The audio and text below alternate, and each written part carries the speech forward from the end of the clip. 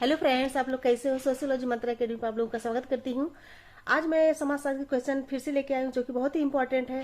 तो आप लोगों से बस कहना है कि आप लोग जो है अच्छे से पढ़िए, जिससे कि कहीं से भी कोई भी क्वेश्चन आए समाजशास्त्र से संबंधित आप लोग अच्छे से कर सके। तो इसीलिए आप लोगों से रिक्वेस्ट है कि आप लोग पढ़ाई बिल्कुल मत छोड़िए, क्योंकि आने वाले समय में वैकेंसी काफ़ी संख्या में आएगी और आप लोग अच्छे से यानी कि क्वेश्चन हल कर सके, आप लोगों को कोई दिक्कत ना हो। देखिए, मैं फ्री में वीडियो बनाती हूँ, फ्री में पढ़ा रही हूँ। आप लोगों को खुश होना चाहिए और अच्छे से पढ़ना चाहिए, क्योंकि डेली मैं प्रैक्टिस सेट कराती हूँ कि जो भी मैं प्रैक्टिस सेट देती हूँ, देखिए कि बहुत ही इम्पोर्टेंट है। वो हर एग्जाम के लिए यानी समाजशास्त्र से संबंधित हर एग्जाम के लिए बहुत ही अच्छा है। तो आप लोग पढ़ते रहिए। अगर वीडियो पसंद आए तो लाइक शेयर कमेंट जरूर कीजिए। तो चलिए पढ़ते हैं। तो पहला क्वेश्चन है, घूस को किसने भ्रष्टाचार की मात्र एक अवस्था माना है। तो प्लीज बताइए, घूस को किसने भ्रष्टाचार की एक मात्र अवस्था माना है। ए ब्रूक्स, बी मार्जा, सी ऑस्कर लेविस और डी स्मॉल। इसका सही आंसर क्या होगा। तो इसका सही आंसर है ए ब्रूक्स, क्योंकि ब्रूक्स ने घूस को भ्रष्टाचार की एकमात्र अवस्था माना है। इसमें किसी मूर्त या मूर्त लाभ के लिए किए जाने वाले गैर कानूनी कार्य सम्मिलित होते हैं। क्वेश्चन है, बेबर के मतानुसार जीवन अवसरों का में अंतर किसके अनुसार होता है। तो प्लीज बताइए, वेबर के अनुसार जीवन अवसरों में अंतर किसके अनुसार यानी किसके आधार पे होता है। पहला है समुदाय, और दूसरा है जाति, और तीसरा है वर्ग, और चौथा है समूह। इसका सही आंसर क्या होगा। तो इसका सही आंसर है सी वर्ग, क्योंकि एक वर्ग व्यक्तियों का एक ऐसा समूह है जिनकी किसी समाज में समान परिस्थिति, पद, स्तर और साझा जीवन शैली होती है। और वेबर के अनुसार जीवन अवसरों में जो अंतर होता है वह वर्ग के आधार पर होता है, इसीलिए इसका सही आंसर होगा सी। नेक्स्ट क्वेश्चन है, लोम्ब्रोसो द्वारा वर्णित अपराधियों के वर्गीकरण में कौन सा अपराधी सम्मिलित नहीं है। यानी कि लोम्ब्रोसो द्वारा कौन सा अपराधी जो है वो अपराधी से यानी कि सम्मिलित अपराधी में सम्मिलित नहीं है, उसका आंसर बताइए। ए जो है जनजात अपराधी, बी पागल अपराधी, और सी आकस्मिक अपराधी, और डी पेशेवर अपराधी। तो इसका सही आंसर क्या होगा। तो इसका सही आंसर है डी पेशेवर अपराधी, क्योंकि एक ऐसा व्यक्ति जो नियमित रूप से अपराध करता है तथा जिसने अपराध को अपने व्यवसाय के रूप में अपना व्यवसाय बना लिया है, यानी कि और उसी को हम लोग पेशेवर अपराधी कहते हैं। अपराध ऐसे व्यक्तियों की जीवन शैली का एक ऐसा तरीका बन जाता है, वे जीवन के प्रति एक विशिष्ट यानी प्रकार की धारणाओं की सृष्टि कर लेता है। नेक्स्ट क्वेश्चन है, लैंगिक असमानता यानी कि लैंगिक असमानता भारतीय समाज व्यवस्था में अंतर्निहित है। और तर्क आर जो है, लैंगिक सेक्स असमानता प्राकृतिक है। तो प्लीज बताइए, नीचे तो कोड दिया गया है, इसका सही आंसर देखिए बताइए। तो ए में दिया गया है ए और आर दोनों सही हैं, आर ए की सही व्याख्या, और बी में दिया गया है आर ए और आर दोनों सही है परंतु आर जो है ए की सही व्याख्या नहीं है, और सी में दिया गया है ए सही परंतु आर गलत है, और डी में दिया गया ए गलत है परंतु आर सही है। तो इसका आंसर बताइए। इसका सही आंसर है बी, क्योंकि ए और आर दोनों सही हैं और आर जो है ए की सही व्याख्या नहीं है। नेक्स्ट है, निम्नलिखित में से कौन सा आपराधिक व्यवहार से संबंधित नहीं है। प्लीज बताइए, निम्नलिखित में से कौन सा सामाजिक व्यवहार से संबंधित नहीं है। ए दूसरों की संपत्ति की चोरी, बी राहजनी, और सी हत्या और डकैती, और डी स्कूटर चालक द्वारा किसी व्यक्ति का सड़क पर घायल हो जाना। तो प्लीज इसका आंसर बताइए। इसका सही आंसर है डी, स्कूटर चालक द्वारा किसी व्यक्ति का जो है सड़क पर घायल हो जाना, यह जो है अपराधी व्यवहार से संबंधित नहीं है। तो क्यों नहीं है, चलिए जानते हैं। तो यह जो है अपराधी उस सामान्यतः हम लोग अपराधी उस व्यक्ति को कहते हैं जिसने अपराध किया हो, परंतु कानूनी दृष्टि से अपराधी वह व्यक्ति है जिसे किसी अपराध के लिए न्यायालय द्वारा दोषी ठहराया जाता है और तथा दंडित किया जाता है। इस प्रकार स्कूटर चालक द्वारा किसी व्यक्ति का सड़क पर घायल हो जाना अपराधी व्यवहार से संबंधित नहीं माना जाएगा है। सम्मिलित कीजिए और सूची के नीचे दिए गए कोट की सहायता से सही उत्तर का चयन कीजिए। तो पहले सूची 1 है समस्या और सूची बी है प्रकृति। तो सूची 1 में जो समस्या है उसमें देखिए, ए मादक द्रव्य व्यसन, बी जातिवाद, और सी एड्स, और डी क्षेत्रवाद। और सूची 2 में प्रकृत जो है उसमें देखिए 1 जो है HIV पॉजिटिव, और B है केवल अपने ही क्षेत्र के लिए निष्ठा की भावना, और C है अपनी जाति हेतु वफादारी, और 4 है द्रव्यों का दुरुपयोग, और 5 है मध्य व्यसन। तो इसका सही आंसर क्या होगा? तो नीचे जो कोड दिया गया है ABCD, इसमें देख के बताइए। तो ए जो है इस मादक द्रव्य व्यसन का जो है उसका होगा द्रव्यों का दुरुपयोग, यानी कि ए का होगा 4। और दूसरा है जातिवाद, जातिवाद का होगा अपनी जाति हेतु वफादारी, यानी कि बी का होगा 3rd। और सी का देखिए यानी कि एड्स का क्या होगा? HIV पॉजिटिव, यानी कि सी का एड्स का जो है 1 होगा HIV पॉजिटिव। और डी है क्षेत्रवाद, क्षेत्रवाद का होगा क्या? 2 केवल अपने क्षेत्र के लिए निष्ठा की भावना। तो इसका सही आंसर क्या होगा? तो इसका सही आंसर है डी। कूट जो है डी जो है वो सही माना जाएगा। सांप्रदायिकता धार्मिक उन्माद की उपज है, और तर्क आर जो है उसमें दिया गया धर्म सांप्रदायिकता का स्रोत है।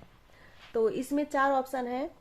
पहला है जैसे कि ए और आर दोनों सही हैं और आर ए की सही व्याख्या करता है, और बी है ए और आर दोनों सही परंतु आर ए की सही व्याख्या नहीं है, और सी ए सही आर गलत है, और डी है ए गलत है और आर सही है। तो प्लीज इसका आंसर बताइए, इसका सही आंसर क्या होगा? तो इसका सही आंसर है सी, यानी कि ए सही है आर गलत है। इसका कारण है देखिए, सांप्रदायिकता का अर्थ है दूसरे समुदाय के लोगों के प्रति धार्मिक, भाषा अथवा सांस्कृतिक आधार पर असहिष्णुता की भावना रखना, तथा धार्मिक सांस्कृतिक भिन्नता के आधार पर अपने समुदाय के लिए भौगोलिक राजनीतिक अधिकार, सत्ता, प्रतिष्ठा को मांगे रखना। और नेक्स्ट क्वेश्चन है फिर से कथन, वही है कथन कारण वाला। तो देखिए, यथासंभव उच्च शिक्षा प्राप्त लोग बेरोजगार नहीं रहते हैं, और आर दिया गया है शिक्षा ने रोजगार के अवसर में असंख्य अवसरों के द्वार खोल दिया है, यानी कि शिक्षा ने रोजगार के असंख्य अवसरों का द्वार खोल दिया है। तो नीचे कोड दिया गया है, ए और आर दोनों सही है। ए जो है आर की सही व्याख्या करता है, आर जो है ए की सही व्याख्या करता है, और बी है ए और आर दोनों सही हैं, आर ए की सही व्याख्या नहीं करता, और सी जो है ए सही आर गलत है, और डी ए गलत है और आर सही है। तो इसका सही आंसर क्या है? इसका सही आंसर है ए और आर दोनों सही है, और जो है आर जो है ए की सही व्याख्या करता है। तो जानिए, अब देखते हैं कैसे। यानी यथासंभव शिक्षा प्राप्त युवक जो है बेरोजगार नहीं रहते, क्योंकि शिक्षा ने रोजगार के असंख्य अवसरों का द्वार खोल दिया है। अर्थात ए कथन व तर्क आर दोनों सही है, आर ए की सही व्याख्या करता है।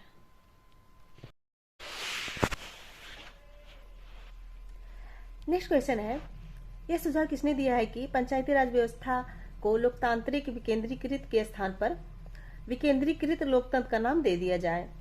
ऑप्शन है ए एम बी माथुर, और बी अशोक मेहता, और सी आई नारायण, और D A Pallavi P H. इसका सही आंसर क्या होगा? तो इसका सही आंसर है ए पल्लवी पी एच। उन्होंने कहा है कि उन्होंने यही सुझाव दिया है कि पंचायती राज व्यवस्था को लोकतांत्रिक विकेंद्रीकरण के स्थान पर विकेंद्रीकृत लोकतंत्र का नाम दे दिया जाए। यह उन्हीं का सुझाव है। नेक्स्ट क्वेश्चन है, लघु समुदाय की अवधारणा का प्रतिपादन किसने किया है? प्लीज बताइए, लघु समुदाय की अवधारणा को किसने प्रतिपादित किया है? ए रॉबर्ट रेडफील्ड, और बी एसी दुबे, और सी मैक्यू मेरिट, और डी एम एन श्रीनिवास। इसका सही आंसर क्या होगा? इसका सही आंसर है ए रॉबर्ट रेडफील्ड। अमेरिकी समाजशास्त्री रॉबर्ट रेडफील्ड ने मैक्सिको के टिपलजान के अध्ययन के आधार पर लोक समाज यानी फोक कल्चर, फोक सोसाइटी, और लोक नगरी शांतता यानी नैरत्न फोक अर्बन कॉन्टिनम, और कृषक समाज लघु समुदाय तथा कई अन्य अवधारणाओं को विकसित किया है। कि किस अनुच्छेद के अंतर्गत अनुसूचित जाति व अनुसूचित जनजाति की महिलाओं को पंचायती राज व्यवस्था में 1/3% आरक्षण देने का प्रावधान किया गया है? ए है अनुच्छेद 334, बी है अनुच्छेद 335, और सी है अनुच्छेद 341, और डी है अनुच्छेद 243। इसका सही आंसर क्या होगा? इसका सही आंसर है अनुच्छेद 243, क्योंकि अनुच्छेद 243 के अंतर्गत अनुसूचित जाति एवं अनुसूचित जनजाति की महिलाओं को पंचायती राज में 1/3% आरक्षण देने का प्रावधान किया गया है। और नेक्स्ट क्वेश्चन है, निम्नलिखित में से कौन पंचायती राज की असफलता के लिए उत्तरदायी है? प्लीज बताइए, निम्नलिखित में से कौन पंचायती राज व्यवस्था के लिए उत्तरदायी है? ए अशिक्षा, बी जातिवाद, और सी सीमित साधन, और डी उपरोक्त सभी। तो प्लीज इसका आंसर बताइए। इसका सही आंसर है डी उपरोक्त सभी। यानी कि पंचायती राज की असफलता के लिए अशिक्षा भी जो है उत्तरदायी है, और जातिवाद भी उत्तरदायी है, और सीमित साधन भी उत्तरदायी। तो इसका सही आंसर होगा डी। पंचायती राज व्यवस्था लोकतांत्रिक विकेंद्रीकरण का एक महत्वपूर्ण आधार होने के बाद भारत में एक लंबे समय तक इसकी भूमिका बहुत ही निष्क्रिय बनी रही है। एक ओर अनेक राज्यों में पंचायती राज को लागू नहीं किया जा सका, तो दूसरी ओर कुछ राज्यों में इन संस्थाओं के लिए उपयुक्त समय पर चुनाव न होने अथवा समय समय पर पंचायती राज संस्थाओं के भंग होने के कारण जो ग्रामीण विकास में इनकी भूमिका कमजोर होने लगी, और पंचायती राज की असफलता के प्रमुख कारण यानी अशिक्षा, जातिवाद और सीमित साधन बने रहे। तो प्लीज बताइए, निम्नलिखित में से किस राज्य में पंचायती राज को सर्वप्रथम लागू किया गया? ए उत्तर प्रदेश, बी बिहार, और सी मध्य प्रदेश, और डी राजस्थान। तो इसका सही आंसर क्या होगा? इसका सही आंसर है डी राजस्थान।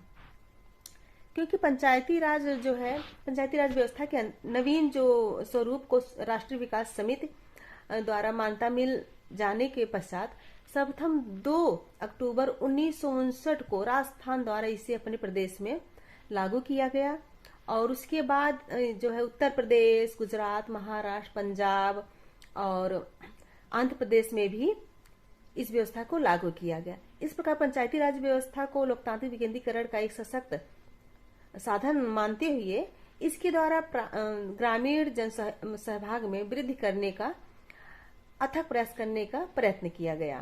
क्वेश्चन है कथन। कथन और कारक देखिए, यानी ए है जातिवाद भारतीय राजनीति की अपरिहार्य संतान है। फिर से सुनिए, जातिवाद भारतीय राजनीति की अपरिहार्य संतान है।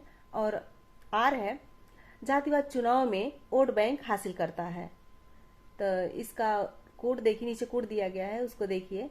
कोड में दिया गया ए आर दोनों से ये आर जो है एक ही सही व्याख्या नहीं है। आर जो है एक ही सही व्याख्या करता है, और बी है ए आर दोनों सही है, आर जो है एक ही व्याख्या नहीं करता है, और सी है ए सही है आर गलत है, और डी ए गलत है आर सही है। तो इसका सही आंसर क्या होगा? तो इसका सही आंसर है ए और आर दोनों सही है, और आर जो है एक ही सही व्याख्या करता है। नेक्स्ट क्वेश्चन है शेड्यूल कास्ट। शेड्यूल कास्ट शब्द सर्वप्रथम प्रकाश में आया। शेड्यूल कास्ट मतलब पिछड़ी जाति। सर्वप्रथम प्रकाश में कब आया? ए है 1935, बी है 1936, और सी है 1931, और डी है 1970। इसका सही आंसर क्या होगा? इसका सही आंसर है ए 1935 में। शेड्यूल कास्ट जो है 1935 में यानी कि प्रकाश में आया।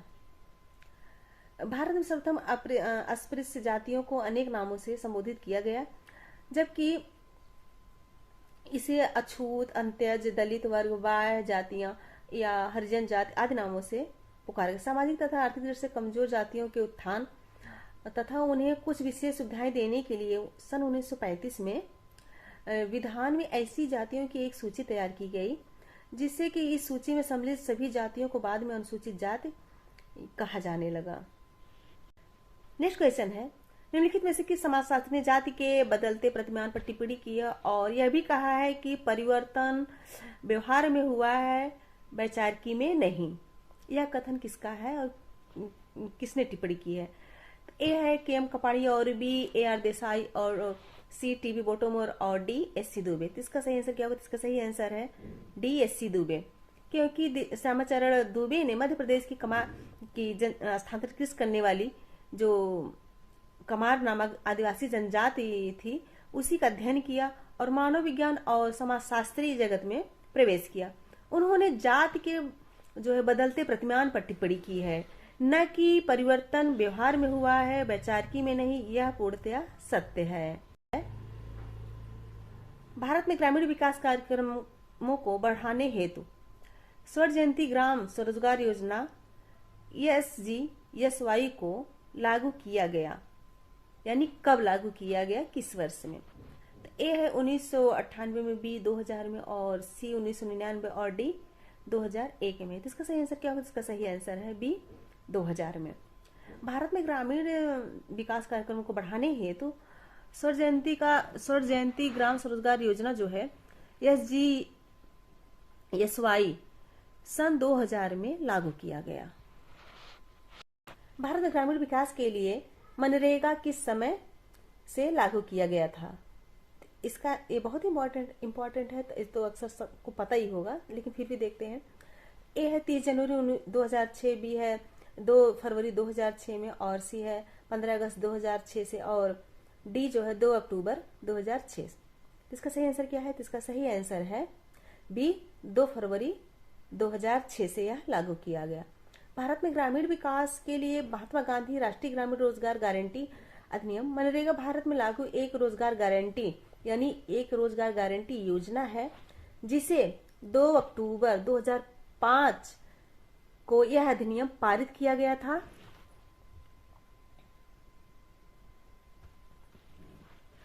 यह अधिनियम पारित किया गया था कब? 2 अक्टूबर 2005 को यह अधिनियम पारित किया गया था, और इसे लागू जो है 2 फरवरी 2006 से 200 जिलों में शुरू किया गया, और यह जो है यानी कि 593 जिलों तक विस्तारित किया गया। इसको ध्यान में रखिए, यह जो है अधिनियम जो आया, जब यह 2 अक्टूबर 2005 को यह अधिनियम आया, और इसे लागू किया गया 2 फरवरी 2006 से। नेक्स्ट है, उस विद्वान का नाम बताइए जिसने भारतीय ग्राम संरचना का वर्णन मालिक, किसान तथा मजदूर जैसे शब्दों से किया है। प्लीज इसका नाम बताइए। A R Desai, B D N Majumdar, और सी डेनियल थार्नर, और डी ऑस्कर लेविस। इसका सही आंसर क्या होगा? इसका सही आंसर है सी डेनियल थार्नर। डेनियल थार्नर ने भारतीय ग्राम संरचना का वर्णन जो है मालिक, किसान, मजदूर जैसे शब्दों से किया है। निम्नलिखित विद्वानों में से किसने यह कहा है कि जब एक वर्ग पूर्णतया वंशानुक्रम पर आधारित होता है तब हम उसे जाति कहते हैं? तो इसका सही आंसर क्या होगा? पहले ऑप्शन देखते हैं। ए मजूमदार मदान, बी कूले, और सी विर्स्टीड, और डी केलकर। तो इसका सही आंसर क्या है? इसका सही आंसर है बी कूले, क्योंकि कूले को सबसे पहला मानवतावादी समाजशास्त्री माना जाता है।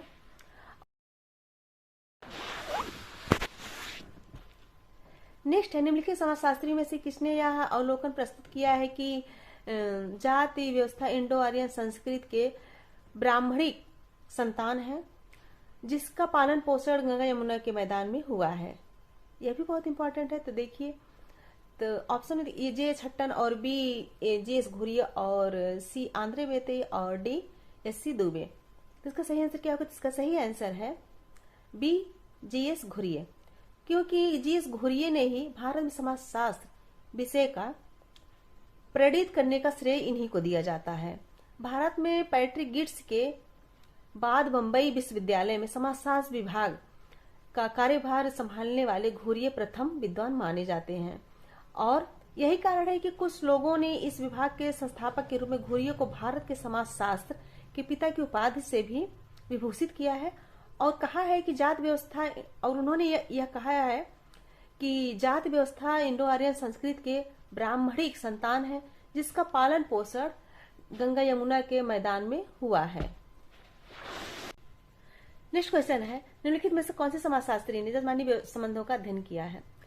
A S C Dubey, B M N Srinivas, और सी ए आर देसाई, और डी डब्ल्यू एच वाइजर। तो इसका सही आंसर क्या होगा? तो इसका सही आंसर है डी डब्ल्यू एच वाइजर, क्योंकि जजमानी व्यवस्था का अध्ययन सर्वप्रथम विलियम एस वाइजर ने किया। उन्होंने उत्तर प्रदेश के मैनपुरी जिले के जो करीमपुर गांव है उसी का अध्ययन किया, और जिसका विश्लेषण उन्होंने अपनी पुस्तक द हिंदू जजमानी सिस्टम में किया है। और अपने अध्ययन में उन्होंने निम्न निष्कर्ष भी निकाला है। पहला है, जजमानी व्यवस्था एक समतामूलक व्यवस्था है, और दूसरा, प्रत्येक जाति सेवा अथवा वस्तु के लिए अन्य जाति से सेवा वस्तुओं को प्राप्त करती है। नेक्स्ट क्वेश्चन है, नेक्स्ट क्वेश्चन है, सूची 1 को सूची 2 से मिलान कीजिए तथा नीचे दिए कोड का सही उत्तर सुनिए। तो पहला है लेखक, और लेखक में जो है मैकी मैरियट है, और यसी दुबे है, बी आर चौहान है, और योगेश अटल है। और कृत में जो है एन इंडियन विलेज, और ए राजस्थान विलेज, और इकोनॉमिक फ्रंटियर्स कास्ट, और 4 है village India.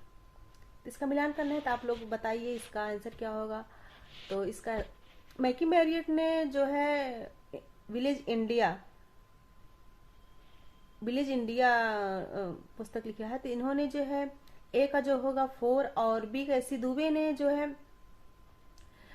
An Indian village लिखा है, और सी बी आर चौहान ने जो है ए राजस्थान विलेज यानी कि 2 होगा, और जो है डी योगेश अटल जो है उन्होंने योगेश अटल ने जो है लिखा है ये economic frontiers of cast.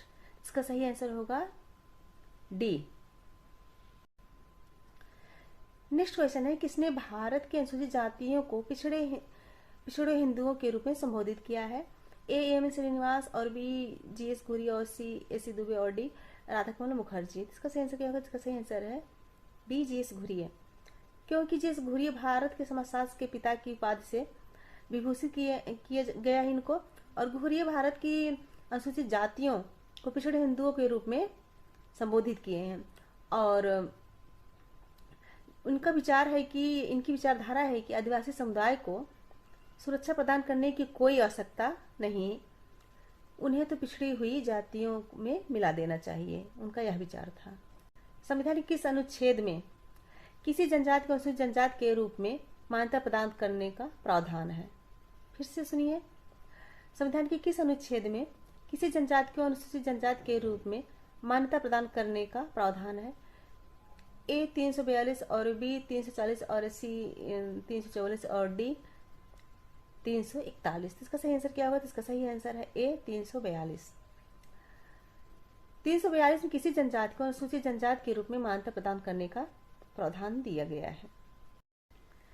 Next question है, जिस योजना का उद्देश्य सामाजिक आर्थिक विकास के द्वारा भारत के संपूर्ण ग्रामीण जीवन का रूपांतरण करना है, उसका नाम है। प्लीज सुनिए, जिस योजना का उद्देश्य सामाजिक आर्थिक विकास के द्वारा भारत के संपूर्ण ग्रामीण जीवन का रूपांतरण करना है, उसका नाम है। ए अंत्योदय योजना, और अंत्योदय कार्यक्रम, बी सामुदायिक विकास कार्यक्रम, और सी इंदिरा आवास योजना, और डी संपूर्ण ग्रामीण रोजगार योजना। इसका सही आंसर क्या होगा। इसका सही आंसर है बी सामुदायिक विकास कार्यक्रम, क्योंकि सामुदायिक विकास कार्यक्रम का उद्देश्य सामाजिक आर्थिक विकास के द्वारा भारत के संपूर्ण ग्रामीण जीवन का रूपांतरण करना है, और सामुदायिक विकास संपूर्ण समुदाय के चतुर्थिक विकास की एक ऐसी पद्धति है जिसमें जन सहभाग के द्वारा समुदाय के जीवन स्तर को ऊंचा उठाने का प्रयत्न किया गया है। नेक्स्ट क्वेश्चन है, भारत में नारी विकास एवं कल्याण हेतु राष्ट्रीय नीति कब बनाई गई। ए 1975, बी 1976, सी 1978, और डी 1980। इसका सही आंसर क्या होगा। इसका सही आंसर है बी 1976। भारत में नारी विकास एवं कल्याण हेतु राष्ट्रीय नीति जो है 1976 में बनाई गई थी। नेक्स्ट है, किस प्रांत में अनुसूचित जनजातियों की जनसंख्या का प्रतिशत सर्वाधिक है। ए उत्तर प्रदेश, बी तमिलनाडु, और सी पश्चिमी बंगाल, और डी पंजाब। इसका सही आंसर क्या होगा। इसका सही आंसर है डी पंजाब। पंजाब प्रांत में अनुसूचित जातियों की जनसंख्या का प्रतिशत सर्वाधिक है। नेक्स्ट है, किस आयोग द्वारा अन्य पिछड़े वर्गों हेतु एक निश्चित प्रतिमान आरक्षण की संस्तुत की गई थी और जिसे भारत सरकार द्वारा लागू किया गया। ए काका कलेलकर आयोग, बी मंडल आयोग, और सी कोठारी आयोग, और डी बलवंत राय मेहता कमेटी। तो इसका सही आंसर क्या होगा। इसका सही आंसर है बी मंडल आयोग, क्योंकि मंडल आयोग द्वारा अन्य पिछड़े वर्गों हेतु एक निश्चित प्रतिशत आरक्षण की संस्तुति की गई और जिसे भारत सरकार द्वारा लागू किया गया। मंडल कमीशन का गठन सन जो है 1979 में तत्कालीन जनता पार्टी की सरकार द्वारा किया गया और जिसके अध्यक्ष विंदेश्वरी प्रसाद मंडल थे। इस आयोग का कार्य क्षेत्र जो है सामाजिक एवं आर्थिक रूप से पिछड़ों की पहचान करना था और मंडल कमीशन ने देश की 54% जनसंख्या को ओबीसी माना, जिसमें 3743 जातियां शामिल थी। नेक्स्ट क्वेश्चन है, भारतीय संविधान के 73वें संशोधन द्वारा नवगठित पंचायतों में महिलाओं को कितना प्रतिशत आरक्षण दिया गया है? ए 20% और बी 27% और सी जो है 30% और डी 33%। इसका सही आंसर क्या होगा? इसका सही आंसर है डी 33%। क्योंकि बुनियादी स्तर पर महिलाओं की राजनीतिक सहभागिता बढ़ाने के लिए 73वें एवं 74वें संविधान संशोधन द्वारा उन्हें गरीबी के दुष्चक्र से निकालने के लिए प्रयास किया गया।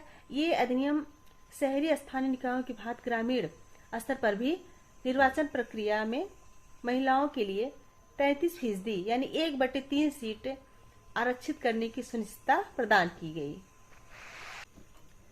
नेक्स्ट क्वेश्चन है, निधनता की संस्कृत एक विशेष संस्कृत है जो ए एक व्यक्ति को निर्धन बनाती है और बी एक परिवार को निर्धन बनाती है, सी एक व्यक्ति से दूसरे व्यक्ति को निर्धन यानी कि निर्धनता हस्तांतरित करती है, और डी पीढ़ी दर पीढ़ी यानी निर्धनता हस्तांतरित करती है। इसका सही आंसर क्या होगा? तो इसका सही आंसर है डी पीढ़ी दर पीढ़ी निर्धनता जो है हस्तांतरित करती है। क्योंकि गरीबी की संस्कृति ऑस्कर लेविस 1966 में प्रणीत एक अवधारणा है, जिसकी रचना उन्होंने तब की जब ये मैक्सिको यानी प्यूर्टो रिको और न्यूयॉर्क सिटी के गरीब समुदाय का अध्ययन कर रहे थे, और उन्होंने बताया कि सभी स्थानों के गरीबों के व्यक्तियों में एक प्रकार की समानता होती है और वे वंचित सामाजिक दशाओं में रहते हैं।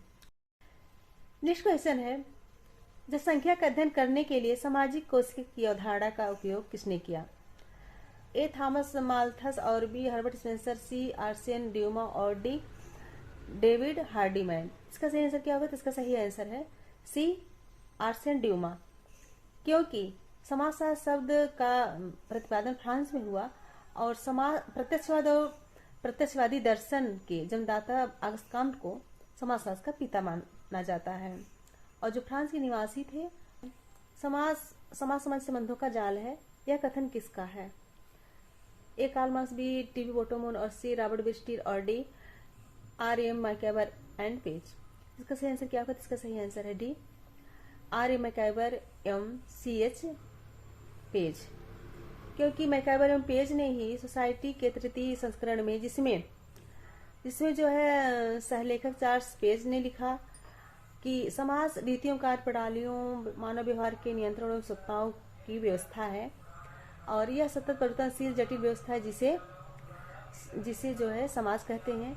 यह सामाजिक संबंध का जाल है और यह निरंतर परिवर्तनशील है। Social theory and social structure पुस्तक किसने लिखी? प्लीज बताइए, social theory and social structure पुस्तक किसने लिखी? A R Radcliffe Brown, B R K Merton और सी एस एफ नॉडल और डी टीवी बोटोमर। इसका सही आंसर क्या होगा? इसका सही आंसर है आर के मार्टन। क्योंकि social theory and social structure R K Merton द्वारा लिखी गई है। इसके द्वारा दी गई उदाहरण निम्नवत है, जैसे संदर्भ समूह, एनॉमी, प्रकट एवं प्रकट प्रकार आदि। इन्होंने कई उदाहरणाएं दी हैं जो कि बहुत ही इंपॉर्टेंट है। प्लीज बताइए, समाजशास्त्री परिप्रेक्ष्य का केंद्र बिंदु क्या है? ए घटित समाज घटनाओं का विन्यास, और बी व्यक्तित्व व सामाजिक घटनाओं का प्रभाव, और सी मनुष्यों की मानसिक प्रक्रियाएं, और डी व्यक्तियों के मत संबंधों के प्रतिमान। इसका सही आंसर क्या होगा? इसका सही आंसर है डी व्यक्तियों के मत संबंधों के प्रतिमान। समाजशास्त्री परिप्रेक्ष्य का केंद्रीय बिंदु व्यक्तियों के मध्य संबंधों का प्रतिमान है। नेक्स्ट क्वेश्चन है, अंतरक्रिया अनुष्ठान से किसके नाम का संबंध है? प्लीज बताइए। तो ए एडवर्ड ए सील्स और बी ए एल मोरिनो और सी आर के मार्टन और डी इरविन गॉफमैन। इसका सही आंसर क्या होगा? इसका सही आंसर है डी इरविन गॉफमैन। क्योंकि इरविन गॉफमैन अमेरिका के प्रतीकात्मक अंतरक्रिया परिप्रेक्ष्य के एक प्रमुख सिद्धांतकार थे। उन्होंने समाजशास्त्र के अध्ययन के लिए एक नई विधा को जन्म दिया जो अभिनय शास्त्री परिप्रेक्ष्य के नाम से जानी जाती है। नेक्स्ट क्वेश्चन है, संस्था दर्शाती है ए परिवर्तन, अस्थायित्व और सी अस्थायित्व और डी अस्थायित्व व अस्थायित्व। इसका सही आंसर क्या होगा? तो इसका सही आंसर है